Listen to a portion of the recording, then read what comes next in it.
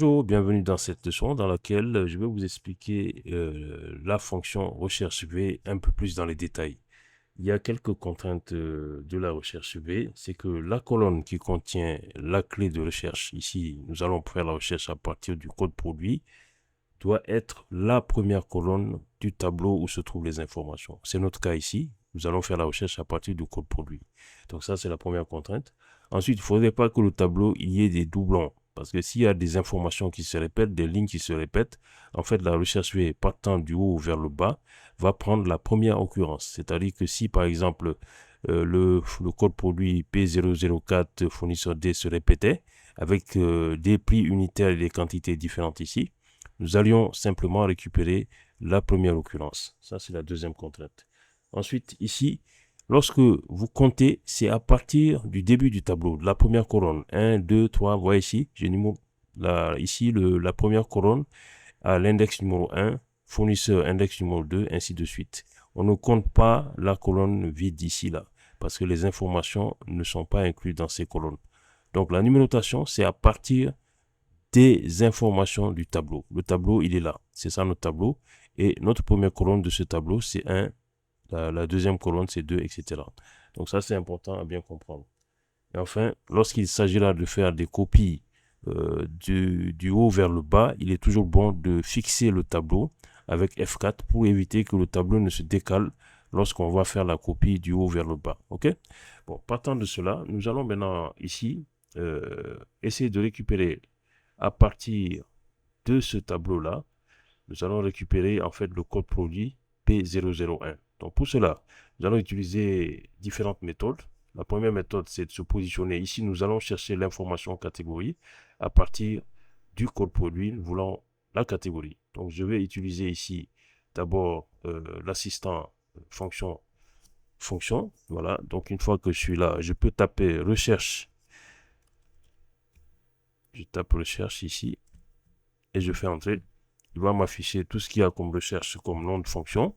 Je sélectionne en cliquant 2 fois mon nom de fonction recherche V. Il m'affiche un assistant d'argument de la fonction.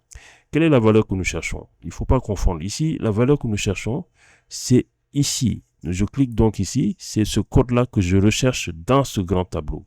Donc, il ne faut pas que je me trompe. Il faut que je clique ici. D'accord? Maintenant, quelle est la table de matrice? C'est où est-ce que je vais chercher cette information? Je vais chercher cette information dans ce tableau. C'est pas important que je prenne l'entête ou pas, c'est pas très important. J'aurais pu me contenter également de ça. Peu importe. Donc moi je sélectionne tout ça et ensuite maintenant le numéro d'index, la catégorie, vous voyez ici, j'ai compté pour vous. Le code produit c'est l'index numéro 1 dans ce tableau. La catégorie par contre c'est l'index numéro 3 en partant du code numéro 1, de l'index numéro 1, 1, 2, 3. Donc nous avons ici l'index numéro 3. Donc je vais taper ici au numéro de l'index 3.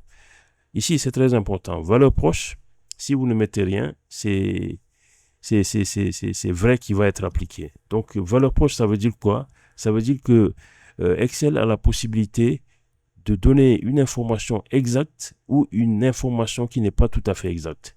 Par exemple, si je lui demande de me ramener une information et qu'il ne trouve pas l'information que je demande, donc il va amener quelque chose qui ressemble à cette information. Or, si vous ne voulez pas ça, vous voulez l'information, la vraie information, donc il faut toujours taper faux.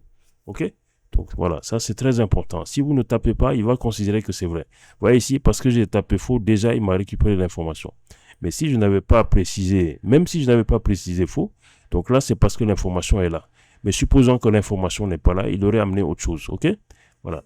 Donc ici, je prends un exemple. Par exemple ici, je vais faire en sorte que le P001 ne figure pas. Si ça ne figurait pas, par exemple,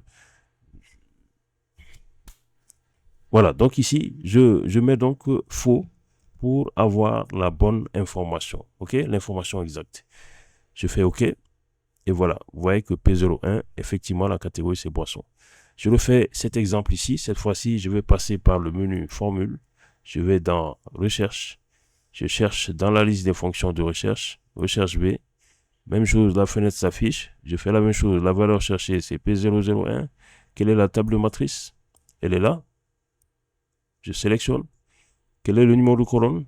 C'est toujours la colonne numéro 3, l'index numéro 3. Et bien évidemment, je tape faux. et je fais OK. J'ai mon information aliment.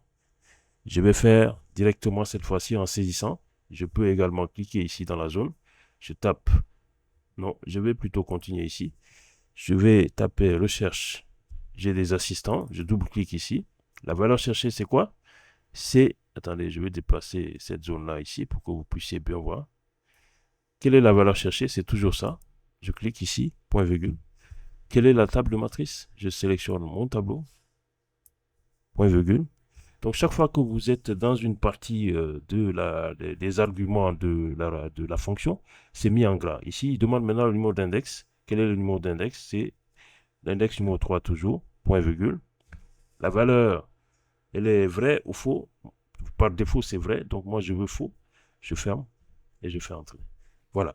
Donc, vous voyez, donc ça, c'est la recherche V qui permet de récupérer l'information en partant de la première colonne de votre tableau.